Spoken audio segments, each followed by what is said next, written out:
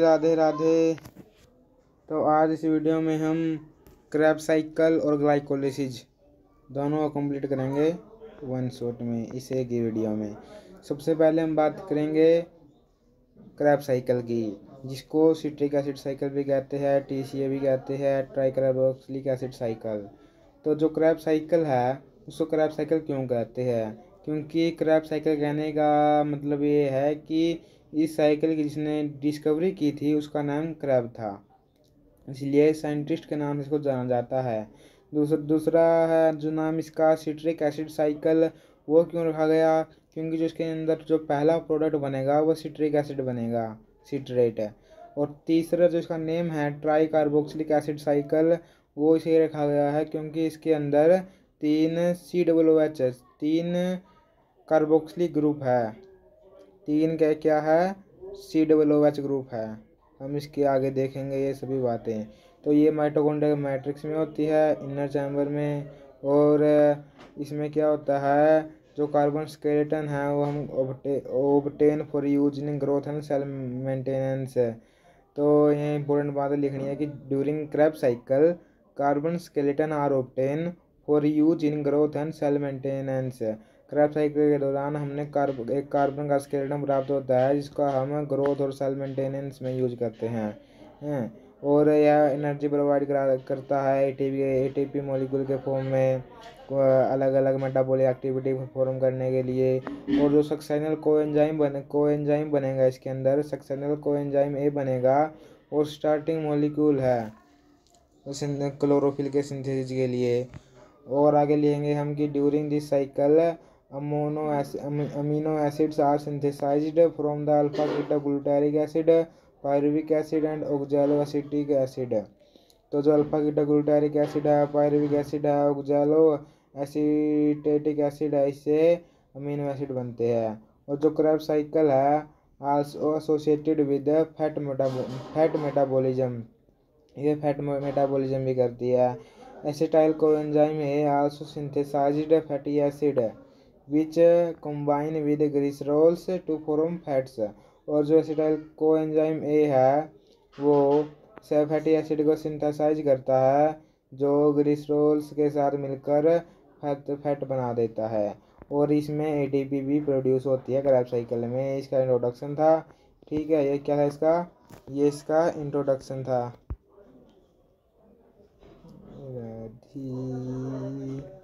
राधे राधे राधे। हमने ये देख लिया इसका इंट्रोडक्शन। अब हम देखेंगे इसमें कौन कौन से स्टेप्स है। तो इसके अंदर देखो, इसके अंदर देखो कितने स्टेप है। ये यहाँ पर ये इसमें लगभग 8 स्टेप्स है। तो सबसे पहला स्टेप देखते हैं। सबसे पहला स्टेप है कंडेंसेशन का, जिसमें क्या होगा, जिसमें कंडेंसेशन होगी, मतलब कि ऑक्सैलो एसिटिक एसिड जो 4 कार्बन का है वो एसिटाइल कोएंजाइम एक साथ मिलकर जो 2 कार्बन का है सिट्रिक एसिड बना देंगे, या फिर कह लो कि सिट्रेट बना देंगे। इसके अंदर हमको पानी देना पड़ेगा और सिट्रेट सिंथेसिस एंजाइम आएगा। पानी और सिट्रेट सिंथेसिस एंजाइम के प्रेजेंस में ही सिट्रेट बनेगा। ये एक बार सिट्रेट बन जाने के बाद उसको हम ऑक्सैलो एसिटिक एसिड या फिर एसिटाइल कोएंजाइम में रूपांतरित नहीं कर सकते हैं, यानी कि ये इरिवर्सिबल रिएक्शन है। एक बार हो जाने के बाद दोबारा से ऑक्सैलो एसिटिक एसिड नहीं बना सकते सिट्रेट से। और इसके अंदर हम क्या क्या देते हैं, H2O सिट्रेट सिंथेसिस एंजाइम देते हैं और हमको सिट्रिक एसिड प्राप्त होता है, जिसके अंदर 3 COOH ग्रुप है, इसलिए इसको ट्राई कार्बोक्सिलिक एसिड साइकिल भी कहते हैं। वो क्रैब साइकिल तो साइंटिस्ट का नाम था। आगे देखो, ये था कंडेंसेशन। उसके बाद हो जाता है आइसोमेराइजेशन। आइसोमेराइजेशन में देखो क्या हमको जो सिट्रिक एसिड मिला है, जो हमको सिट्रेट मिला है 6 कार्बन का, उसमें अकोनिटेज एंजाइम आएगा जो सिट्रिक एसिड को सिस अकोनिटिक एसिड में बदल देगा। जो सिट्रिक एसिड को किस में बदल देगा, सिस अकोनिटिक एसिड में बदल देगा। फिर सिस अकोनिटिक एसिड जो ये क्या है, ये में एक इंटरमीडिएट कंपाउंड है। सिस अकोनिटिक एसिड एक इंटरमीडिएट कंपाउंड है जो बीच में बनता है। वैसे तो बुक में आपको ये दिया मिलेगा कि सिट्रेट से आइसोसिट्रेट बन गया, सिट्रिक एसिड से आइसोसिट्रिक एसिड बन गया। लेकिन एक यहाँ पर बीच में एक कंपाउंड बनता है, सिट्रिक एसिड से जब आइसोसिट्रिक एसिड बनता है तो उसके बीच में एक कंपाउंड बनता है, इसका नाम है सिस अकोनिटिक एसिड है। सिस अकोनिटिक एसिड है। सिस अकोनिटिक एसिड ही बाद में जाकर सिस सिट्रिक एसिड में बदल जाता है। तो ये जो सिस अकोनिटिक एसिड ये क्या है, इंटरमीडिएट कंपाउंड है। तो यहाँ पे भी लिख सकते हैं कि सिट्रेट से आइसोसिट्रेट बन गया, या फिर आप ये लिख सकते हैं कि सिट्रिक एसिड से अकोनिटिक एंजाइम आया, पानी की प्रेजेंस में सिस अकोनिटिक एसिड बन गया, फिर सिस अकोनिटिक एसिड को फिर अकोनिटेज आया और पानी की प्रेजेंस में सिस सिट्रिक एसिड बन गया, वो सॉरी आइसोसिट्रिक एसिड बन गया, या फिर आइसोसिट्रेट है। एंजाइम का क्या नाम है, अकोनिटेज। ये था आइसोमेराइजेशन। आइसोमेराइजेशन में क्या होता है, देखो कार्बन पूरे है 6 के 6, इसमें बस फार्मूला तो सेम रहता है, लेकिन स्ट्रक्चर जो अरेंजमेंट्स या आइटम्स की वो अलग हो जाती है। ठीक है, इसमें क्या होता है, एक बार एक पानी हटेगा और पानी कहीं और जुड़ जाएगा, यानी कि जो H2O का मॉलिक्यूल है वो हटेगा और वो कहीं और जाके जुड़ जाएगा, उसे ही कहते हैं आइसोमेराइजेशन। यानी कि क्या होगा, इसमें स्ट्रक्चरल चेंजिंग आएगी लेकिन फार्मूला सेम ही रहेगा। आपने पढ़ा होगा आइसोमेरिज्म। ये आइसोमेराइजेशन था दूसरा स्टेप। तीसरा स्टेप अगर आप साइकिल में ऑक्सीडेटिव डिकार्बोक्सिलेशन, और फोर्थ स्टेप भी यही है, ऑक्सीडेटिव डिकार्बोक्सिलेशन, हम आगे देखेंगे। देखो जैसे हमने देखा कि इसके अंदर जब हमने स्टेप 2 देखा था कि आइसोमेराइजेशन में जो इंटरमीडिएट कंपाउंड बन रहा था, वैसे ही यहाँ पर भी एक इंटरमीडिएट कंपाउंड बनेगा जिसका नाम है ऑक्सैलो ग्लूटारेट, जो कि अनस्टेबल होता है। और फिर क्या बनेगा, अल्फा कीटो ग्लूटारेट्स। जैसे बुक में आपको दिया मिलेगा कि जब स्टेप 2 देखेंगे आइसोमेराइजेशन, उसमें आपको दिया मिलेगा कि सिट्रेट से आइसोसिट्रेट बन गया, और वहीं पर फिर आपको थर्ड स्टेप में देखने को मिलेगा कि ऑक्सीडेटिव डिकार्बोक्सिलेशन में आइसोसिट्रेट से सीधा अल्फा कीटो ग्लूटारेट्स बन गया। लेकिन यहाँ पर हम डिटेल पढ़ रहे हैं, इसलिए यहाँ पर एक इंटरमीडिएट कंपाउंड ही बनेगा जिसका नाम है 2 ऑक्सैलो ग्लूटारेट। तो यहाँ थर्ड स्टेप क्या है, ऑक्सीडेटिव डिकार्बोक्सिलेशन, आइसोसिट्रेट से ऑक्सैलो ग्लूटारेट बनेगा। ठीक है, यहाँ पर क्या होगा, देखो यहाँ पर सबसे पहले ऑक्सीडेशन होगा, मतलब कि NAD है जो वो NADH और H+ में बदल जाएगा। ऑक्सीडेटिव यानी कि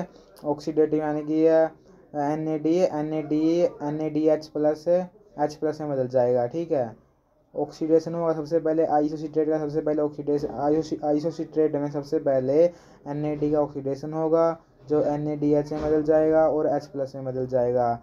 फिर आइसोसिट्रेट डिहाइड्रोजिनेज एंजाइम आएगा जो आइसोसिट्रेट को ऑक्सैलो ग्लूटारेट में बदल देगा। ठीक है, यहाँ पर एक जो ये ऑक्सैलो ग्लूटारेट इंटरमीडिएट कंपाउंड है, यहाँ पर ऑक्सीडेशन हुआ है, यानी कि NADH और H+ में बदल गया है। एंजाइम क्या नाम है, आइसोसिट्रेट डिहाइड्रोजिनेज। डिहाइड्रोजिनेज का मतलब होता है जो हाइड्रोजन कैरियर है, यहाँ पर हाइड्रोजन निकल ही रही है ऑक्सीडेशन के द्वारा। ठीक है, ऑक्सीडाइज किसका होया है, NAD+ का। और ये जो बना है ऑक्सैलो ग्लूटारेट ये अनस्टेबल है, इसलिए फिर ऑक्सैलो ग्लूटारेट से अल्फा कीटो ग्लूटारेट बनेगा। यहाँ पर क्या होगा, यहाँ पर CO2 रिमूव हो जाएगी, यहाँ पर CO2 रिमूव हो जाएगी। यहाँ पर भी आइसोसिट्रेट डिहाइड्रोजिनेज एंजाइम आएगा, और ऑक्सैलो ग्लूटारेट जो 6 कार्बन का था वो 5 कार्बन का रह जाएगा, अल्फा कीटो ग्लूटारेट। यानी कि आइसोसिट्रेट जो शुरू में 6 कार्बन का था, अब CO2 बाहर निकल गई है, तो अल्फा कीटो ग्लूटारेट 5 कार्बन का रह गया है क्योंकि CO2 बाहर निकल गई है। तो तीसरा स्टेप उसमें क्या हुआ है, सबसे पहले तो उसमें ऑक्सीडेशन हुआ, फिर डिकार्बोक्सिलेशन हुआ। ठीक है, देखो ऑक्सीडेटिव का मतलब क्या है कि NADH और H+ में बदल गया, और डिकार्बोक्सिलेशन का मतलब है कि CO2 रिमूव हो गई। यहाँ पर एंजाइम कौन सा आया था, आइसोसिट्रेट डिहाइड्रोजिनेज एंजाइम आया था। ओके जी, ये था स्टेप नंबर 3। अब आ जाते हैं स्टेप नंबर 4 में। तो देखो 4 भी यही है, ऑक्सीडेटिव डिकार्बोक्सिलेशन है।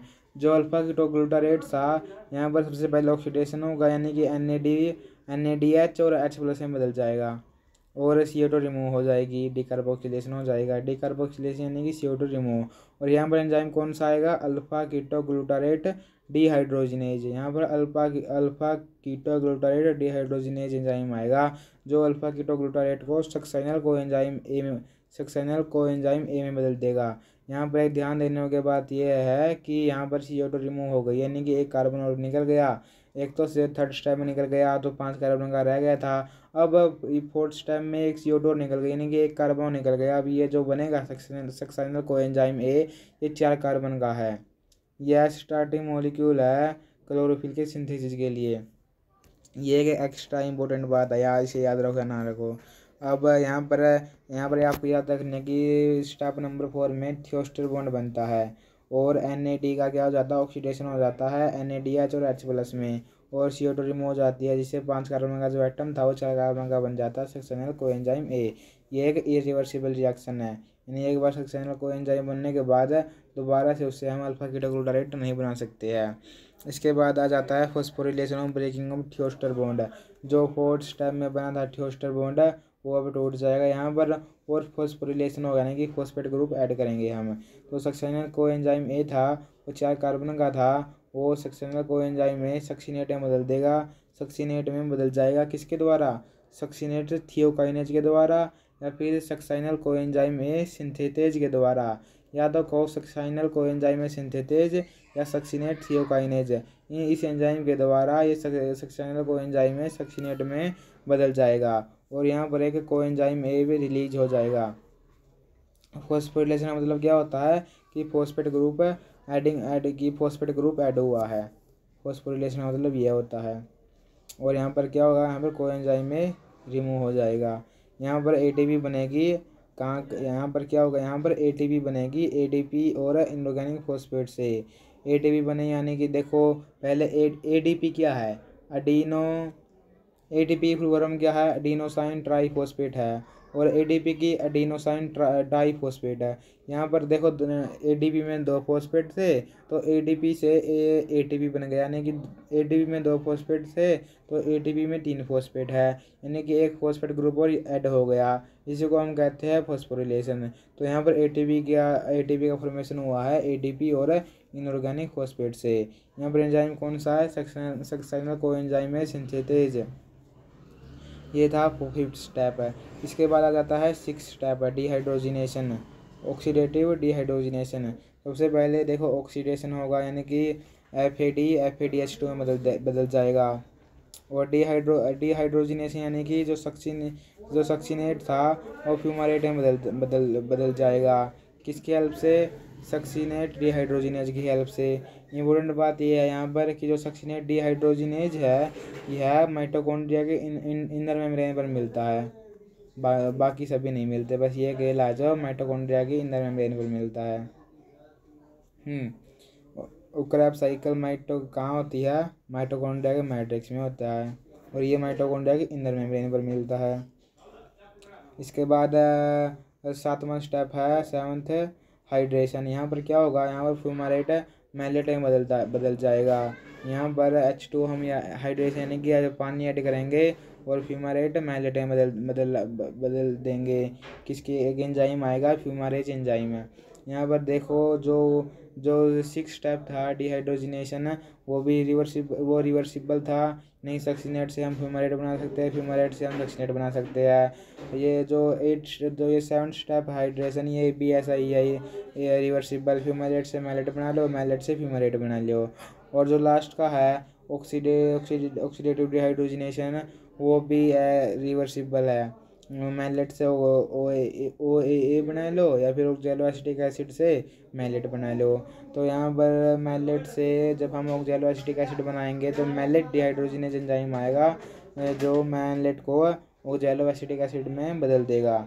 यहाँ पर NAD क्या होगा, ऑक्सीडेशन होगा और NADH और H+ में बदल जाएगा। NADH और H+ में बदल जाएगा।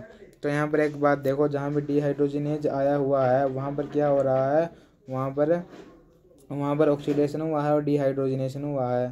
ठीक है, ये 8 स्टेप थे। किसके, क्रैब साइकिल के, आपने ये याद रखने हैं। और देखो लाइव बना क्या है, देखो सीधी सी बात है, हमने production of oxalo acetic acid complete the Krebs cycle, यानी कि ऑक्सैलो एसिटिक एसिड बन गया तो हमारा प्रोडक्शन है जो ऑक्सैलो एसिटिक एसिड है यानी कंप्लीट हो गई क्रैब साइकिल।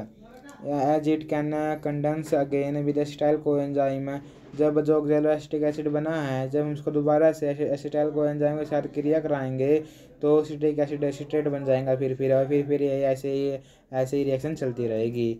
इसके if we look at the overall reaction of TCA cycle, तो इसके अंदर क्या हुआ है, 3 मॉलिक्यूल ऑफ NADH बने हैं, 1 मॉलिक्यूल FADH2 का बना है और 1 मॉलिक्यूल ATP का बना है और 2 CO2 रिमूव हो गई थी, ये प्रोड्यूस हुए हैं।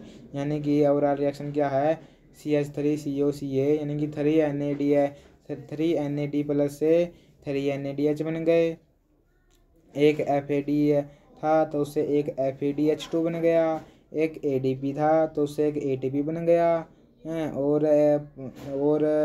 और 3H प्लस निकले थे और 2 CO2 निकली थी। ये ओवरऑल रिएक्शन थी। ये हमारे क्रैब साइकिल कंप्लीट कर लिया। अब हम चलते हैं ग्लाइकोलिसिस पे।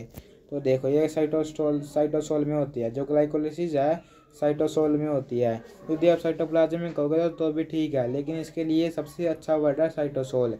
सबसे पहले आपको एक बता दूँ कि साइटोप्लाज्म और साइटोसोल में क्या डिफरेंस है। देखो साइटोप्लाज्म क्या है, साइटोप्लाज्म का मतलब है कि साइटोप्लाज्म का मतलब है कि फ्लूइड और जो ऑर्गेनल्स है, सेल ऑर्गेनल्स यानी कि सेल ऑर्गेनल और वह फ्लूइड वह एरिया जहाँ पर केमिकल रिएक्शन हो रही है, ठीक है। साइटोप्लाज्म में क्या मतलब है, फ्लूइड जो एरिया है फ्लूइड और सेल ऑर्गेनल वो बना, उससे बन गया साइटोप्लाज्म। और जब मैं कहता हूँ साइटोसोल तो इसका मतलब है कि सेल ऑर्गेनल नहीं है, वहाँ पर केवल क्या है, वहाँ पर केवल फ्लूइड है, यानी वहाँ पर केवल कोई भी, यानी कि एक सेल है, उस सेल में जब आप सभी के सभी सेल ऑर्गेनल निकाल देंगे जो बच गया वही क्या है, वही साइटोसोल है। और जब उस साइटोसोल के अंदर सेल में वो आ जाते हैं, क्यों क्या आ जाते हैं, सेल ऑर्गेनल आ जाते हैं तो वो साइटोप्लाज्म बन जाता है। तो ये साइटोसोल में होता है। और ग्लाइकोलिसिस एक ग्रीक वर्ड है जो दो शब्दों से मिलकर बना हुआ है, ग्लाइकोस और लाइसिस। ग्लाइकोस का मतलब है ग्लूकोज, ग्लाइकोज का मतलब है शुगर या फिर स्वीट है, और लाइसिस का मतलब ब्रेक डाउन या फिर डिसोल्यूशन, यानी कि शुगर का टूटना ही क्या है, ग्लाइकोलिसिस है। ग्लाइकोलिसिस क्यों कर रही है, एटीपी प्राप्त करने के लिए कर रहे हैं ग्लाइकोलिसिस। ये एनारोबिक और एरोबिक है, एनारोबिक और एरोबिक, ऑक्सीजन की प्रेजेंस है एरोबिक और ऑक्सीजन की एब्सेंस है एनारोबिक, दोनों में कॉमन है। इसमें एक हेक्सोज मॉलिक्यूल होता है, ग्लूकोज को या फ्रक्टोज को हो, जो एनारोबिकली कन्वर्ट हो जाता है 2 पायरुविक एसिड में, सीधी सी बात है। इसको हम EMP पाथवे भी कहते हैं। EMP क्यों कहते हैं, EMP का मतलब क्या है, इम्बडन मेयरहोफ परनास पाथवे। ये जो EMP से 3 नाम है, इम्बडन, मेयरहोफ, परनास, 3 वैज्ञानिक थे जिन्होंने 3 साइंटिस्ट थे जिन्होंने ग्लाइकोलिसिस को डिस्कवर किया था, इसलिए इसको EMP पाथवे भी कहते हैं। इसके अंदर 4 ATP बनेगी, 2 यूज हो जाएगी तो हमको 2 ATP प्राप्त होती है। इसमें जो स्टेप है जहाँ पर ये ATP यूज होती है वो पहला है और थर्ड है, जहाँ पर हम फॉस्फोरिलेशन करते हैं, जहाँ पर हम क्या करते हैं, फॉस्फोरिलेशन करते हैं, यानी कि ATP जोड़ते हैं, यानी कि ADP को ATP में बदल देते हैं, ATP में फॉस्फोरिलेशन करते हैं, जहाँ पर हम क्या करते हैं, ATP को ADP में बदल देते हैं, समझे। यानी कि ATP यूज स्टेप कौन से है, पहला और तीसरा। तो सबसे पहला स्टेप भी फॉस्फोरिलेशन है और तीसरा स्टेप भी फॉस्फोरिलेशन है। फर्स्ट स्टेप में क्या होगा, ग्लूकोज 6 फॉस्फेट में बदल जाएगा, और थर्ड में क्या होगा, फ्रक्टोज 6 फॉस्फेट, फ्रक्टोज 1,6 फॉस्फेट में बदल जाएगा। इसको हम आगे देखेंगे बहुत अच्छे तरीके से। और जहाँ पर ATP प्रोड्यूस हो रहे हैं वो है जहाँ पर हम करेंगे फॉस्फोरिलेशन ऑफ ATP, जो 7th और 9th में होगा। यानी कि जहाँ पर ATP से ADP बन रही है, जहाँ पर ATP से ADP बन रही है वहाँ पर ATP यूज हो गई, और जहाँ पर ADP से ATP बन रही है वहाँ ATP बन गई। और एक इंटरेस्टिंग फैक्ट बताता हूँ आपको कि जो कैंसर सेल होती है वो केवल ग्लाइकोलिसिस करती रहती है, उसको कोई मतलब ही नहीं है। और वह ग्लाइकोलिसिस इतनी फास्ट करती है कि जहाँ नॉर्मल कि मान लो कि एक ग्लाइकोलिसिस को कंप्लीट होने में जितना समय लगता है ना, वो उतने समय में कम से कम तीन या चार बार ग्लाइकोलिसिस कर लेती है कौन, कैंसर सेल। तो कैंसर सेल में ग्लाइकोलिसिस होता है ओनली और बहुत फास्ट है। जहाँ पर जितना समय ग्लाइकोलिसिस को समय एक बार करने में लगता है, जो जो मतलब कि सही सेल है, जो कैंसर सेल नहीं है, जो हेल्दी सेल है, जो कैंसर सेल नहीं है, वो जब वो ग्लाइकोलिसिस करती है उसको जितना समय लगता है उससे वो बहुत अधिक है। और जब कैंसर सेल करेगी ग्लाइकोलिसिस तो बहुत फास्ट करेगी, वो इतना कर लेगी कि जब वो कोई हेल्दी सेल एक बार करेगी तो कैंसर सेल उसको 5 बार कर चुकी होगी। इतना इतना फास्ट करती है ये। इसके अंदर देखो हमने क्या क्या डालेंगे, हम ग्लूकोज देंगे सबसे पहले, और हमको क्या मिलेगा, पायरुविक एसिड मिलेगा 2 मॉलिक्यूल। हमने ग्लूकोज 1 मॉलिक्यूल डाला। 2 ATP देंगे तो 4 ATP मिलेंगे। 4 ATP देंगे तो 2 ATP मिलेगा। और 2 NAD देंगे तो 2 NADH2 मिलेगा। और 2 इनऑर्गेनिक फॉस्फेट देंगे तो 2 पानी के मॉलिक्यूल्स मिलेंगे। तो देखो स्टार्ट करते हैं अभी। ओके जी, सबसे पहले देखो स्टेप नंबर 1 फॉस्फोरिलेशन। इसके अंदर क्या होगा, हम फॉस्फेट ग्रुप को क्या करेंगे, ऐड करेंगे। फॉस्फोरिलेशन मतलब है फॉस्फेट। यहाँ पर हम फॉस्फेट को यानी कि डोनेट कर देंगे। ATP यहाँ पर ATP यूज होगी। ATP है जो ATP वो फॉस्फेट डोनर है, और जो ग्लूकोज है वो फॉस्फेट एक्सेप्टर है। ठीक है, तो ATP से तो फॉस्फेट का ऐड होना ही क्या है, फॉस्फोरिलेशन है। फॉस्फेट ऐड कहाँ पर होगा, ग्लूकोज के पास होगा। तो जो ATP है वो ADP में बदल जाएगी। तो ग्लूकोज जो 6 कार्बन का है और ग्लूकोज 6 फॉस्फेट में बदल जाएगा। वहाँ पर ATP यूज होगी, जो ATP है ADP में बदल जाएगी और H+ बनेगा, ये H+ रिलीज होगा। यहाँ पर मैग्नीशियम काम करता है, और जो एंजाइम का नाम है हेक्सोकाइनेज और ग्लूकोकाइनेज है। यहाँ पर 2 एंजाइम होते हैं, हेक्सोकाइनेज और ग्लूकोकाइनेज। आपकी बुक में हेक्सोकाइनेज एंजाइम लिखा पाएगा, ग्लूकोकाइनेज नहीं लिखा पाएगा, क्योंकि ग्लूकोकाइनेज बहुत ही रेयर होता है। जो हेक्सोकाइनेज एंजाइम है वो सभी प्रकार की सेल्स में मिलता है, लेकिन जो ग्लूकोकाइनेज एंजाइम है वो केवल लीवर सेल और बीटा सेल और पैनक्रियाज में मिलता है। ठीक है, जो हेक्सोकाइनेज है सभी प्रकार के हेक्सो शुगर के लिए यूज होता है, लेकिन जो ग्लूकोकाइनेज है ग्लूकोज के लिए यूज होता है। और जो हेक्सोकाइनेज है उसको हम रेगुलेट कर सकते हैं, लेकिन ग्लूकोकाइनेज को हम रेगुलेट नहीं कर सकते हैं। हेक्सोकाइनेज को हम एलोस्टेरिक एंजाइम कहते हैं और ग्लूकोकाइनेज को हम नॉन एलोस्टेरिक एंजाइम कहते हैं। ये पहला था कि फॉस्फोरिलेशन, जहाँ से ग्लूकोज 6 फॉस्फेट बन गया, ATP का यूज हुआ। दूसरा है आइसोमेराइजेशन, जहाँ पर क्या होगा, देखो जो ये पहली रिएक्शन थी जो फॉस्फोरिलेशन, ये इरिवर्सिबल रिएक्शन थी। एक बार ग्लूकोज 6 फॉस्फेट बन गया तो उससे हम दोबारा ग्लूकोज नहीं बना सकते हैं। जो दूसरी रिएक्शन है आइसोमेराइजेशन, ये रिवर्सिबल रिएक्शन है। ग्लूकोज 6 फॉस्फेट से जब हम फ्रक्टोज 6 फॉस्फेट बनाएंगे तो हम दोबारा से फ्रक्टोज 6 फॉस्फेट से ग्लूकोज 6 फॉस्फेट बना सकते हैं। और यहाँ पर एक एंजाइम आता है फॉस्फोग्लूको आइसोमेरेज। फॉस्फोग्लूको आइसोमेरेज एंजाइम आता है जो ग्लूकोज 6 फॉस्फेट को फ्रक्टोज 6 फॉस्फेट में बदल देता है। यहाँ आइसोमेराइजेशन का मतलब ये होता है कि केवल स्ट्रक्चरल चेंज आएंगे, लेकिन उनका केमिकल फार्मूला सेम रहेगा। ये होता है आइसोमेराइजेशन। स्टेप नंबर 3 है फॉस्फोरिलेशन। फॉस्फोरिलेशन होगा यानी कि यहाँ पर ATP का फॉस्फोरिलेशन होगा। ATP से क्या होगा, एक फॉस्फेट हट जाएगा और ATP यहाँ पर यूज होगी एक प्रकार से। तो यहाँ पर क्या होगा, फ्रक्टोज 6 फॉस्फेट और ATP। यहाँ पर फ्रक्टोज 6 फॉस्फेट है, फ्रक्टोज 1 से 20 फॉस्फेट में बदल जाएगा। किसके द्वारा, फॉस्फोफ्रक्टोकाइनेज के द्वारा। ठीक है, फॉस्फोफ्रक्टोकाइनेज के द्वारा। ये इरिवर्सिबल रिएक्शन है। फ्रक्टोज 1 से 20 फॉस्फेट बन जाने के बाद दोबारा से फ्रक्टोज 6 फॉस्फेट नहीं बन सकता है। यह एटीपी यूज होगी इस स्टेप में। और एंजाइम क्या है, फॉस्फोफ्रक्टोकाइनेज है। ये रेट लिमिटिंग स्टेप है। क्या ये रेट लिमिटिंग स्टेप है। इसके बाद आ जाता है fourth, aldol cleavage. Fourth step क्या है, एल्डोल क्लीवेज। इसमें क्या होगा, इसमें फ्रक्टोज 1,6 फॉस्फेट है जो वो दो भागों में बढ़ जाएगा, डाईहाइड्रोक्सी एसीटोन फॉस्फेट और ग्रीसर एल्डिहाइड ट्राईफॉस्फेट। यहाँ पर कौन सा एंजाइम काम करेगा, एल्डोलेज। यहाँ पर एल्डोलेज एंजाइम काम करेगा। यहाँ पर जो फ्रक्टोज 1,6 फॉस्फेट था वो 6 कार्बन का था। अब वो दो भागों में बंट गया है, तीन, जो कि 3-3 कार्बन की है।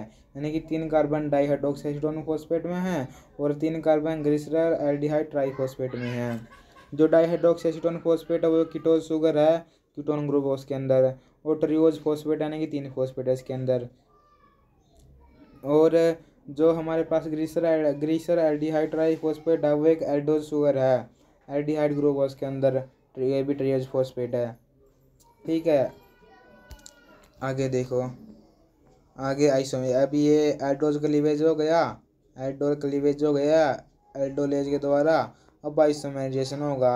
यहाँ पर देखो, यहाँ पर आइसोमेराइजेशन मतलब ये है कि जो कि फ्रक्टोज 1,6 फॉस्फेट से जो दो कंपाउंड बने थे, डाईहाइड्रोक्सी एसीटोन फॉस्फेट और ग्लिसरॉल एल्डिहाइड ट्राईफॉस्फेट, वो एक उसको हमें दूसरे में बदल सकते हैं उसके आइसोमेराइज करके। यानी कि डाईहाइड्रोक्सी एसीटोन फॉस्फेट को हम ग्लिसर एल्डिहाइड ट्राईफॉस्फेट में बदल सकते हैं उसके से बदल कर। केमिकल फार्मूला तो सेम ही है। ठीक है, स्ट्रक्चरल चेंजिंग ला के यहाँ पर एक एंजाइम आता है ट्रियोज फॉस्फेट आइसोमेरेज, जो यहाँ पर काम करता है। यहाँ पर इम्पोर्टेंट बात यह है कि कि डाईहाइड्रोक्सी एसीटोन फॉस्फेट से ग्लिसर एल्डिहाइड ट्राईफॉस्फेट के 2 मॉलिक्यूल प्राप्त होंगे। कितने मॉलिक्यूल प्राप्त होंगे, 2 मॉलिक्यूल।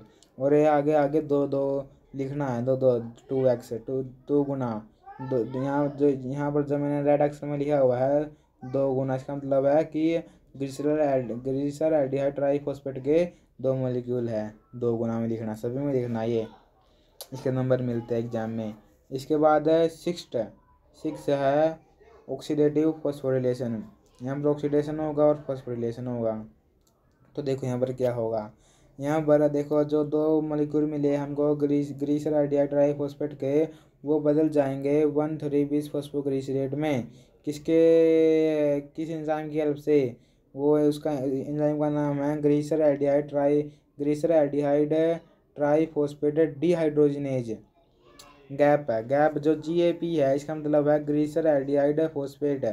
ग्लिसर एल्डिहाइड ट्राईफॉस्फेट नाम है इसका, गैप है। ग्लिसर एल्डिहाइड ट्राईफॉस्फेट को की शॉर्ट फॉर्म है GAP, गैप।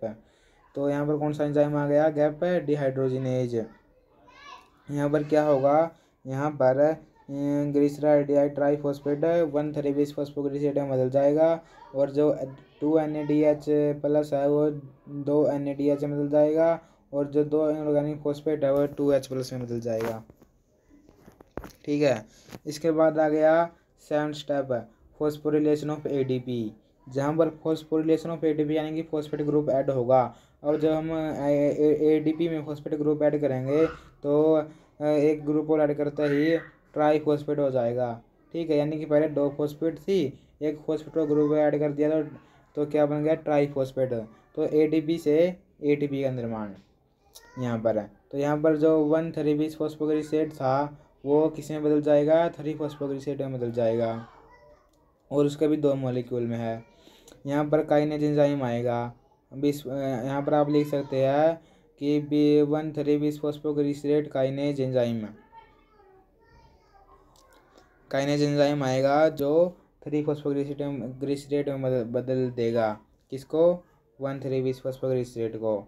यहाँ पर तो 2 NADH है, वो उसका क्या हो जाएगा, यहाँ पर 2 NADH मत लो, यहाँ पर केवल 2 ADP लो। 2 ADP ली वो 2 ATP में बदल जाएगा, फॉस्फेट ऐड कर देंगे हम। तो यहाँ पर देखो ये जो 7th स्टेप है, यहाँ पर हमको 2 ATP प्राप्त हो चुकी है। यहाँ पर देखो इंपॉर्टेंट बात है कि phosphate group add in ADP and converted into ATP। यानी कि हम ADP में फॉस्फेट ग्रुप ऐड कर रहे हैं और वो किस में बदल गया, ATP में बदल गया। This added phosphate get from 1,3 bisphosphoglycerate. और जो ये हमको ने फॉस्फेट ऐड किया है ADP में, ये कहाँ से लिया हमने, ये हमने 1,3 बिसफॉस्फोग्लिसरेट से लिया है। उसका जो पहले नंबर पर जो फॉस्फेट थी वो लिया है। इसके बाद दूसरा पॉइंट है यहाँ पर, the production of ATP from ADP without involving oxidation of NADH is called substrate level phosphorylation. तो यहाँ पर सबस्ट्रेट लेवल फॉस्फोरिलेशन हुआ है। क्यों? क्योंकि यहाँ पर ATP का प्रोडक्शन हुआ है ADP से विदाउट ऑक्सीडेशन के। यहाँ हमने NADH का ऑक्सीडेशन नहीं किया है, यहाँ हमने सीधे ही ATP बना ली है। इसी को कहते हैं हम substrate level phosphorylation. Substrate level phosphorylation का मतलब क्या है, production of ATP from ADP without involving oxidation of NADH। Okay जी, आगे देखो 8वां स्टेप, 8 स्टेप है फॉस्फोरिल शिफ्ट है। फॉस्फोरिल शिफ्ट है, यहाँ पर जो 3 फॉस्फोग्लिसरेट है वो 2 फॉस्फोग्लिसरेट में बदल जाएगा। और ये इरिवर्सिबल रिएक्शन है, आपस में बदल सकते हैं इसको। यहाँ पर कौन सा एंजाइम काम करेगा, फॉस्फोग्लिसरेट म्यूटेज एंजाइम काम करेगा। तो हमको 2 मॉलिक्यूल प्राप्त हो जाएंगे 2 फॉस्फोग्लिसरेट के। 2 फॉस्फोग्लिसरेट के हमको 2 मॉलिक्यूल प्राप्त हो जाएंगे। इसके बाद 9वां स्टेप है डिहाइड्रेशन, यानी कि रिमूवल ऑफ H2O। यहाँ पर क्या होगा, H2O रिमूव कर देंगे हम, डिहाइड्रेशन। यहाँ पर 2 फॉस्फोग्लिसरेट था, उसमें क्या करेंगे हम अब, ऐड उसमें हम डिहाइड्रेशन में 2 फॉस्फोग्लिसरेट फॉस्फोफिनोल पाइरुवेट में बदल जाएगा और H2O में, समझे। डिहाइड्रेशन में क्या होगा, 2 फॉस्फोग्लिसरेट फॉस्फोफिनोल पाइरुवेट में बदल जाएगा और H2O में H2O रिमूव होगा। इसके बाद लास्ट है फॉस्फोरिलेशन ऑफ ATP। इसके अंदर क्या होगा, फॉस्फोफिनोल पाइरुवेट में बदल जाएगा। यहाँ पर जब देखा जो 9 स्टेप था डिहाइड्रेशन, इसके अंदर इनोलेज एंजाइम आया था। फॉस्फोग्लिसरेट जो 2 फॉस्फोग्लिसरेट को फॉस्फोफिनोल पाइरुवेट में बदल रहा था।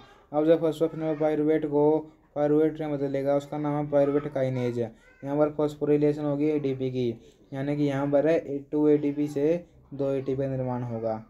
तो यहाँ ओवरऑल रिएक्शन क्या है कि ग्लूकोज की the overall reaction for glycolysis step number 1 से 10 can be written as follow. यानी कि यहाँ पर दो स्टेप है, उसको हम एक केमिकल रिएक्शन के फॉर्म में लिख सकते हैं। कैसे लिख सकते हैं कि ग्लूकोज लिया सबसे पहले, 2 ADP ली, 2 इनऑर्गेनिक फॉस्फेट ली, 2 NAD प्लस लिया, उससे हमें क्या क्या मिला, 2 पायरुविक एसिड मिला, 2 ADP से 2 ATP मिली और 2 NAD प्लस से 2 NADH मिला और 2H प्लस और 2 H2O मिला। तो net production of 2 ATP and 2 NADH molecule. Net production क्या है, 2 ATP और 2 NADH मॉलिक्यूल। 2 NADH है ऑक्सीडाइज हो जाएगा माइटोकॉन्ड्रिया में जाके और वो फिर ATP मॉलिक्यूल प्रोड्यूस करेगा ऑक्सीडेटिव फॉस्फोरिलेशन के द्वारा। ये ओवरऑल रिएक्शन है सिंपल फॉर्म में कि क्या क्या हो रहा है। ग्लूकोज 6 फॉस्फेट, फ्रुक्टोज 6 फॉस्फेट है, फ्रक्टोज 1,6 फॉस्फेट है, फ्रक्टोज 1,6 फॉस्फेट से 2 कंपाउंड बनते हैं, डाईहाइड्रोक्सीएसीटोन फॉस्फेट है और ग्लीसर एल्डिहाइड ट्राईफॉस्फेट है, ग्लीसर एल्डिहाइड 3 फॉस्फेट है। फिर ग्लीसर एल्डिहाइड 3 फॉस्फेट से 1,3 बिसफॉस्फोग्लिसरेट है, 1,3 बिसफॉस्फोग्लिसरेट से 3 फॉस्फोग्लिसरेट है, 3 फॉस्फोग्लिसरेट से 2 फॉस्फोग्लिसरेट है, 2 फॉस्फोग्लिसरेट से फॉस्फोफिनोल पाइरुवेट और फिर लास्ट में 2 मॉलिक्यूल ऑफ पाइरुवेट है। देखो यहाँ पर यहाँ पर सबसे पहले मैंने रिएक्शन के नाम भी लिखे हैं कि फॉस्फोरिलेशन हो। सबसे पहले फॉस्फोरिलेशन में रिविजन कर लेते हैं। चलो, सबसे पहले फॉस्फोरिलेशन हुई, उसके अंदर ग्लूकोज से ग्लूकोज 6 फॉस्फेट में बदल गया। यहाँ पर हेक्सोकाइनेज एंजाइम यूज हुआ। ओके जी।